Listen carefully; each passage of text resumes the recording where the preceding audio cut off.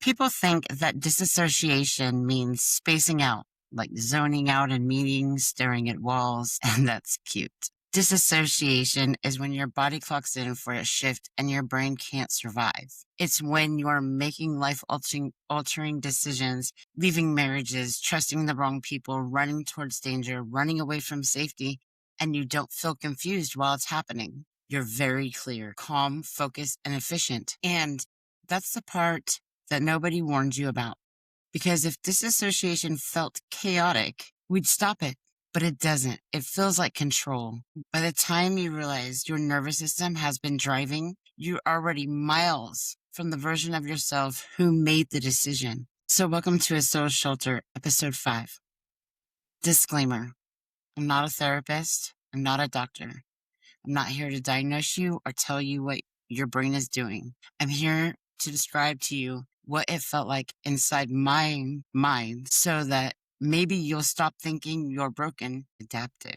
There's a lie that we are taught early on, that bad decisions feel bad while you're making them. And if something is wrong, your gut will scream. Your consequences will flare. Your instincts will be intrigued. That's not how trauma brain works. When I disassociate, my emotions don't disappear. They get rerouted. Fear becomes productivity. Grief becomes urgency. And shame becomes over-functioning. I don't freeze. I don't exit. I execute. And from the outside, I look impressive. I look like someone who has it all together, someone decisive, someone who handles things. Inside, though, I'm not choosing. I'm not responding.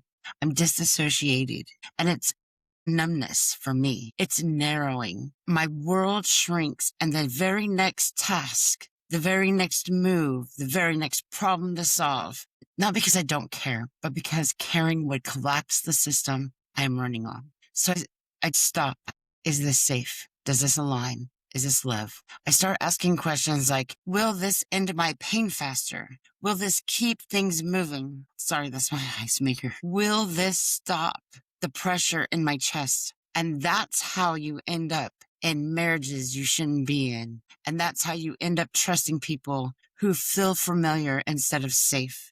And that is how you confuse intensity for intimacy. And here's the part I need you to hear me clearly on. While disassociated, I didn't feel reckless.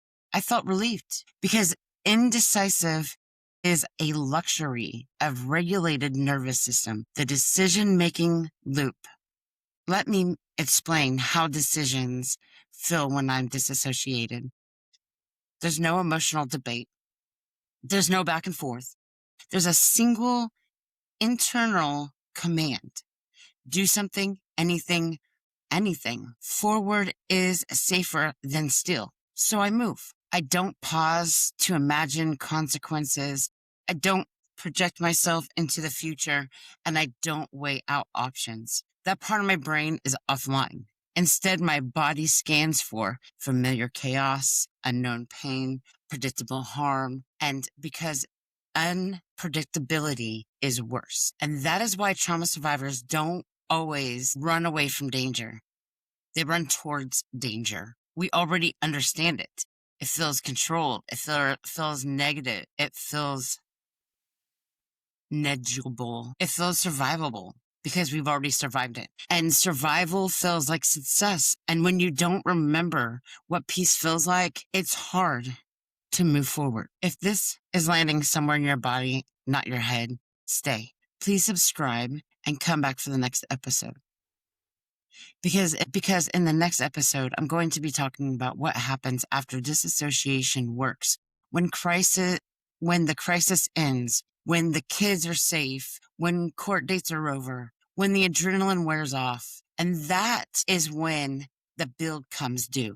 The crash after survival that nobody tells you about. They'll tell you trauma breaks people.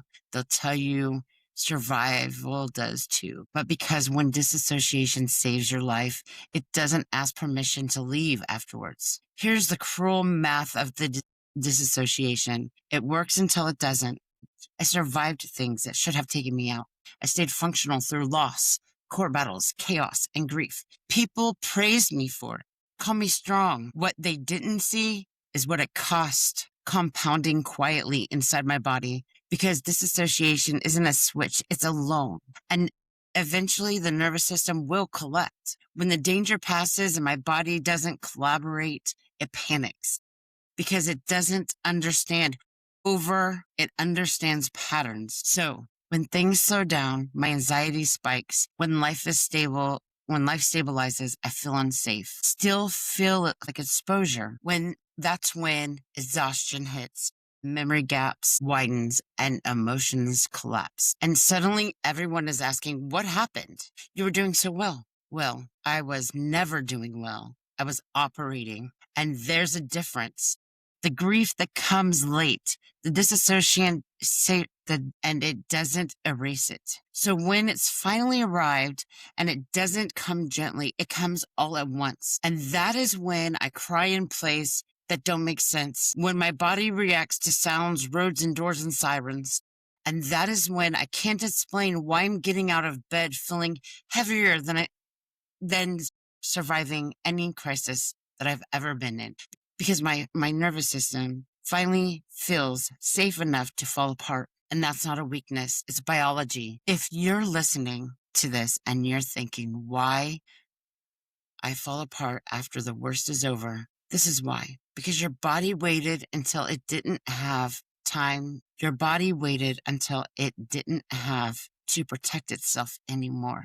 Healing doesn't look like moving forward in motion. It looks like pauses of grief, confusion, relearning how to choose, and when there's no emergency, forcing your hand. In the next episode, I'm talking about how to tell the difference between institution and trauma responses, and why you trust your gut is dangerous advice for people who have learned to survive before they have learned to feel safe. Stay with me. You're not broken. You're brilliant under pressure. And now we're just learning how to live without it. And so, I am Grandma B. And I'll be back to fight one more day with you.